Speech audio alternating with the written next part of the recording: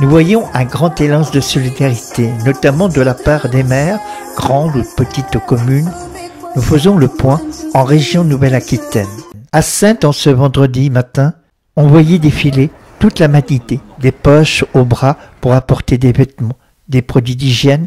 Beaucoup de personnes déposent, c'est très émouvant, ils amènent de produits alimentaires, première nécessité, hygiène, pour les bébés, pour les dames, voilà, des masques, de l'eau, beaucoup de choses, très émouvant. Des petits mots des fois sur les paquets de biscuits. Voilà, c'est touchant, une belle mobilisation à Saintes. Les relations avec l'Ukraine étaient quasi inexistantes jusqu'à maintenant, sauf que dès l'instant que nous avons appris le début du conflit, nous avons recherché une ville qui correspondait à la taille de Saintes, en proximité plutôt ouest et proximité frontière polonaise, et nous avons trouvé la ville de Nowy Rodzil avec laquelle nous travaillons aujourd'hui. Comme toutes les communes françaises, à l'appel de l'Association des maires de France et de grands médias, nous avons immédiatement organisé la recherche de dons, dont vous avez la liste derrière moi, qui permet de pouvoir cibler les besoins nécessaires et pas n'importe quoi. Je rappelle, pas de vêtements, surtout pas de vêtements. Pour l'instant, nous sommes sur des biens précis sur lesquels nous avons communiqué et nous organisons le transport, on espère, jusqu'à Nowy Rodzil. Comment vont être acheminés les produits en Ukraine? Deux moyens.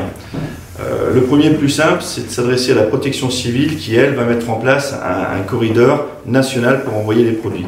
Le second, c'est ce que nous tentons de faire à Saintes, c'est-à-dire d'établir un corridor entre Saintes et Nowy Rodzil avec une livraison de matériel en Pologne. Et nous tentons d'organiser les choses. Alors c'est pas simple, mais nous avons de toute façon le canal protection civile qui est enclenché dès à présent.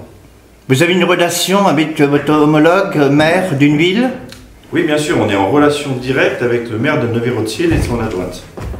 Et c'est une ville qui a combien d'habitants? 28 000 habitants au début de la crise. Aujourd'hui, ils sont plus de 50 000 parce que beaucoup de déplacés arrivent là-bas. Nous avons des Ukrainiens qui habitent à Saintes avec lesquels on travaille pour avoir une correspondance linguistique. Ils sont combien?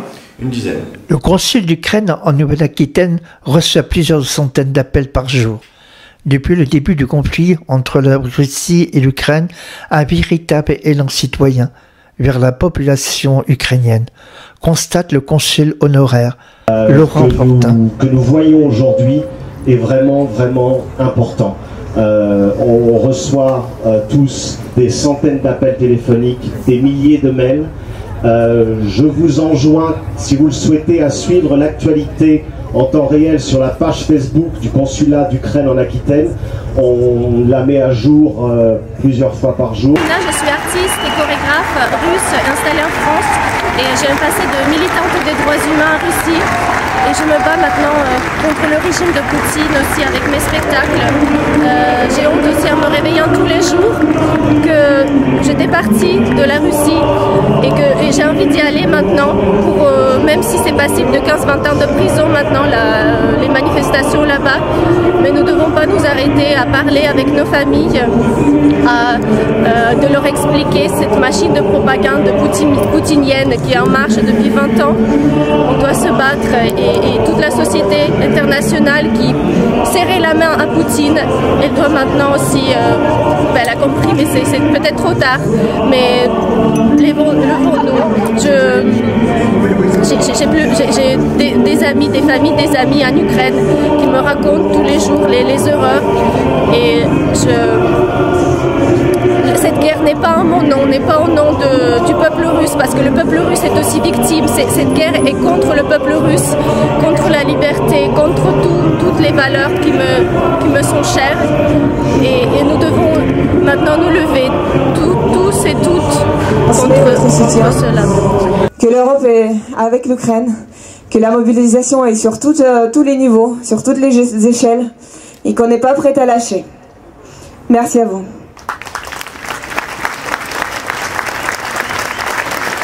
J'invite les élus, donc d'autres élus qui sont présents ici à... Bonjour monsieur le maire, alors vous êtes maire d'où? Oui, je suis maire de la commune de Cumnezé. Cumnezé, c'est une petite commune rurale qui se trouve entre Saint-André-de-Cubzac et Cavignac sur la nationale 10.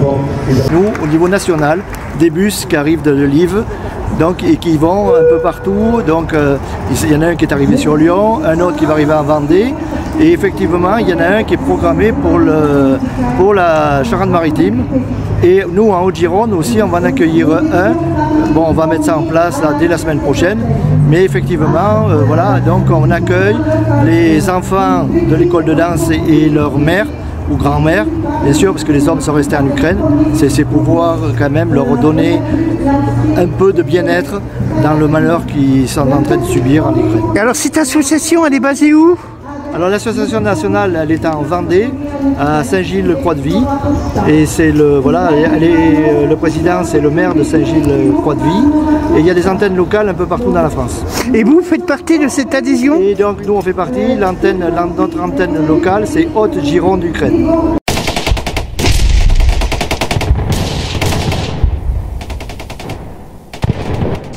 Oui, inquiétude, grosse inquiétude. Très grosse inquiétude. Et à votre avis, est-ce que l'Europe va faire fort? Je pense que oui. On a une Europe assez forte actuellement, et même les États-Unis suivent derrière l'Europe, donc c'est assez rare.